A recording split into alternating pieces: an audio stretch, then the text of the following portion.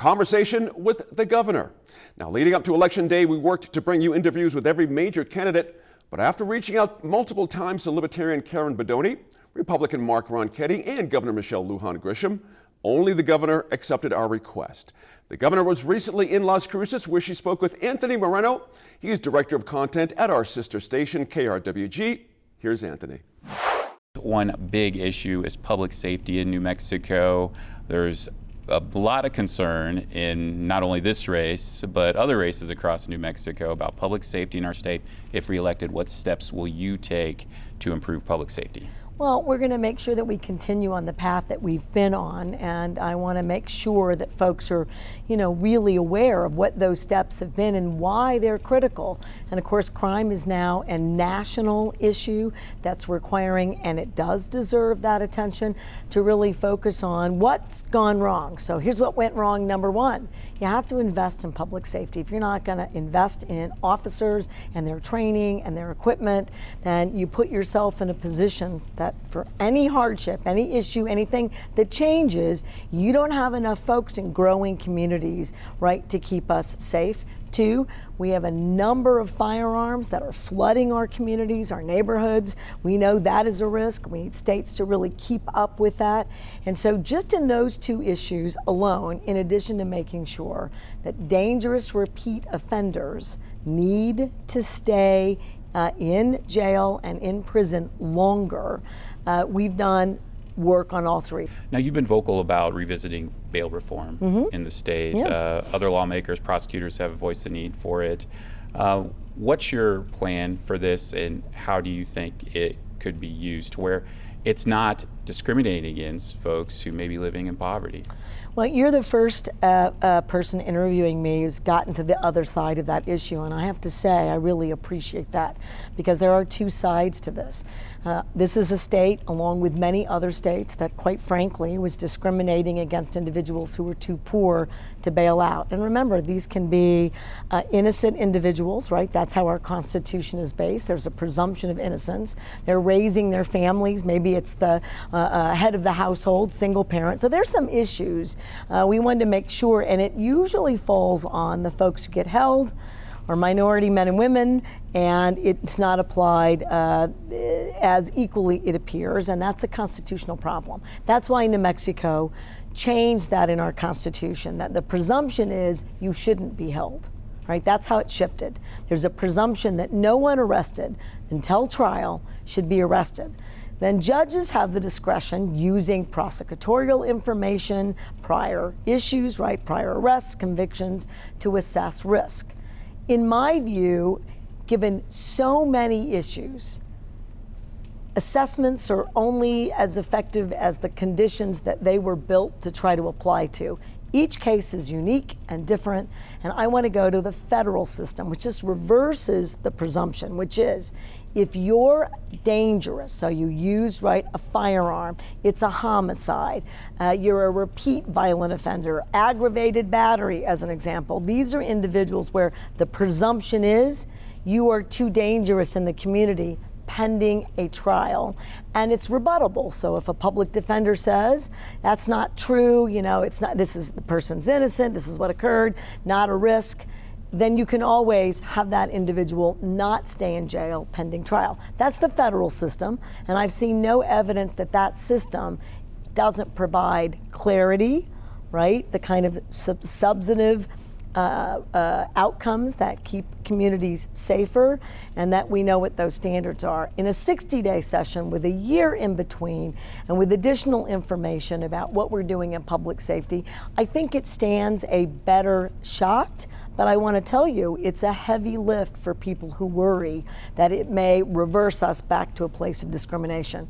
I'm still going to call for it, and I'm going to fight like hell to make sure that we get it over the finish line.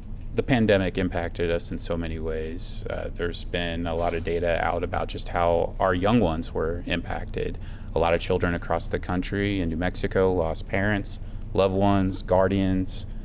How do we address mental health for are most vulnerable? When I was the Secretary of Health in 2004, we had a couple of school-based health centers, and by the time I was doing something else 3 years later, there were 68, and they were incredibly robust.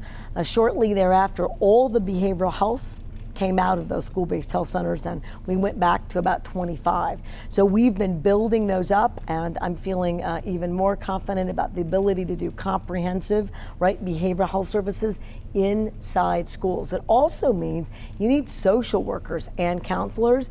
So we've seen an increase in the number of social workers. We hired 80 at Children, Youth, and Families Department recently. We're now partnering with universities like this one, and specifically Highlands, who specializes in social work training. So it's a new recruitment program and training program specific to school-age populations and to CYFD, and it's working.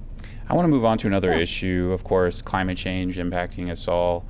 If reelected, what is your next step to take on climate change in our state? I want you to make sure I get a chance to talk about what we have done, because we are an international leader on addressing the climate crisis and being really clear about protecting our air, land, and water.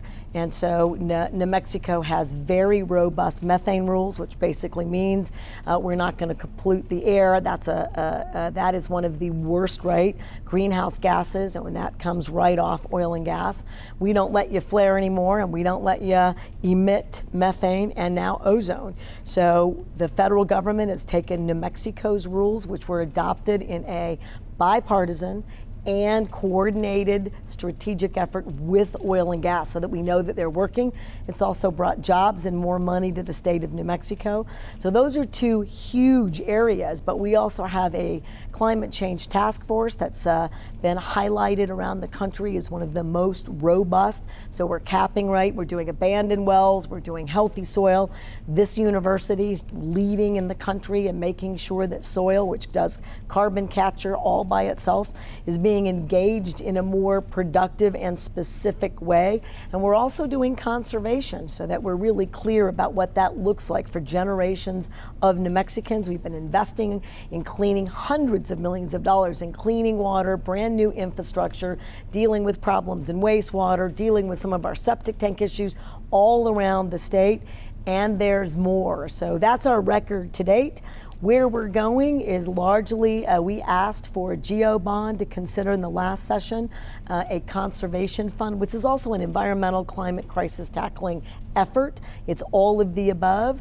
Instead of a GEO bond question, I think we're likely to ask for a sizable investment in a set-aside fund, like our early childhood fund, which will invest in those efforts, including getting at our forests. I mean, the issue is it's hotter and drier, so we need better stewardship, and I'm sure you're aware the federal government has said we think they're liable for one of the worst fires in our history, but they've also said New Mexico stewardship programs, which we've launched, are some of the best in the country, and they're going to allow us to get back into our forests and make them healthier.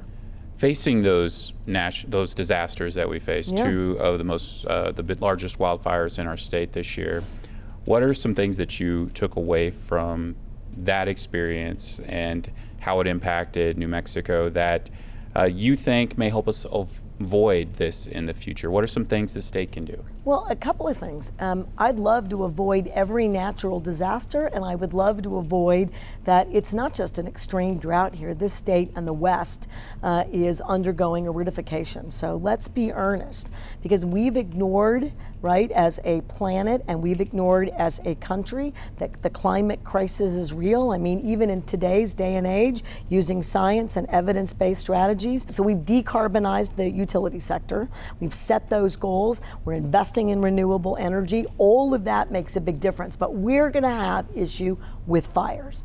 That isn't going to change overnight. And with that fire, in June of this year, 31 counties were on fire. So what do?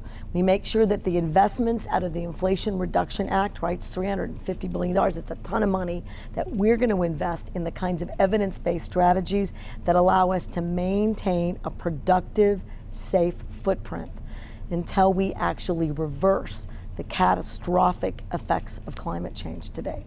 That's what we're going to do. I want to move on Yeah. to education. A lot of issues in education. There's been some big concerns in recent years about keeping teachers in the classroom. The pandemic, of course, the impact that may have had on it. I'd like to hear from you. What is your plan to continue with the efforts you've already put in place to keep teachers in the classroom if reelected? Let's talk about New Mexico State just released a pretty incredible study where they identified that we reduced teacher vacancies in this last year by 34%. It's one of the best efforts in the country, so I want to thank New Mexico State for putting out that independent information. So we do it by making sure that our current educators have loan forgiveness. Current educators, right, have access to affordable housing. Some cases, if it's a hard to teach, hard to serve area, free housing. We're making sure that they're the highest paid educators now in the region. We'd like to do more. We're also making sure to educate new educators. That's free.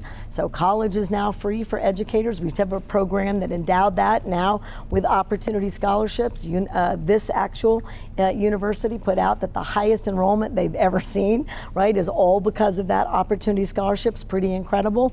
So that is already having an impact, but it might be a place for me when you have a significant problem and you're building to the future, and we are, and we're doing that successfully, which we're incredibly proud of. So smaller class sizes, deal with those vacancies, make sure that you're not at war with public education, have respect and dignity. If you want better outcomes, have more time in smaller classrooms with students. There are concerns about working age population leaving the state.